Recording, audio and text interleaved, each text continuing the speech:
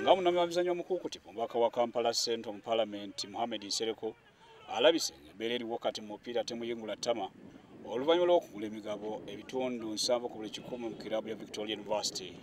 Nsereko atendekebwa awamu ne ttiimu mu kisaawe Nambole ategeeza nga ye ne banne balina ebirooto ebinene eri ttiimu eno.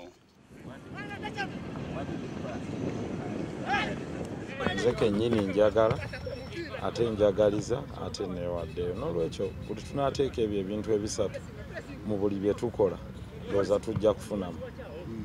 Ne bwe kiba kyakuyamba ggwanga lyaffe ng'oli alina obwagazi, ne bwe kiba kyakulyagaliza ng'ayagaliza abalala, ne bwe kiba kyakwewaayo nga yeewaayo n'omutima gwe gwonna ng'akola. N'olwekyo ekimu mu mupiira kyekyo lwaki neegase ne mwami Simo. Ebimu ku bintu bibasuubira okutandikirako y'embeera y'abazannyi enabirira yaabwe n'okukulaakulanya ebitone. Nze nkakasa nti ffenna bwe tukolera ewamu tujja kwongeramu ebirungo bingi, tebaana tujja kubawa chance. Naye twagala nnyo okulaba nti bo bennyini tukyusa obulamu bwabwe ate tubakuze tubagane nti muli basajja. Musobola okwerayo tuggyewo omuze gw'abazannyi okugenda nga basabiriza nabo basajja ng'abasajja abalala. Bakitwale kino ng'omulimu, bakitwale ng'okwewaayo, bakitwale ng'ekiyinza okukyusa bo n'abo ababakkiririzaamu mu bulamu bwabwe. Nsereko alina ekiruga ky'okulaba nga kiraabu ewangula ekikopo kya Liigi y'ababinywera Sekava mpozi n'okwetaba mu mpaka za kaafu. Agasseeko nti engeri gyeyuniddwamu abantu ng'aguze kiraabu eno n'obwaguzi okuva mu mikwano gye okwakanyizibwa kwayolekedde kwe kuzimba fan base eya kiraabu. Naye nga mu byo twagala okuwuninga ekisaawe ekyaffe, twagala okuwuninga jimu ezaffe ne sports facilities ezaffe, ate n'okufuula club eno nga ise corporate body corporate tugitunze ba members ab'enjawulo tugiwe chance okuimprovinga n'okufuna abawagizi abayitirivu.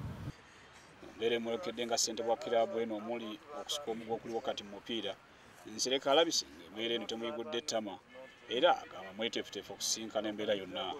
Bisoboka era tetukiggalirawo tetuggala mulyango gwonna. Ne lwaki tetusooka kukola ki? Katukole kino eggwanga oba ensi eritusiima yejja kusaba ani alina okulembera. Wabadde ayogera ku biseera bye by'omu maaso mu kuddukanya omupiira, Nsereko asambaza ebirowoozebwa nti yandyagala okwesimbawo ku bukulembeze bwa FUFA. Wabula agamba ekiseera kino obudde bwakumalira ku kiraabu ye ebyokwesimbawo asuubira kubitunulamu dda.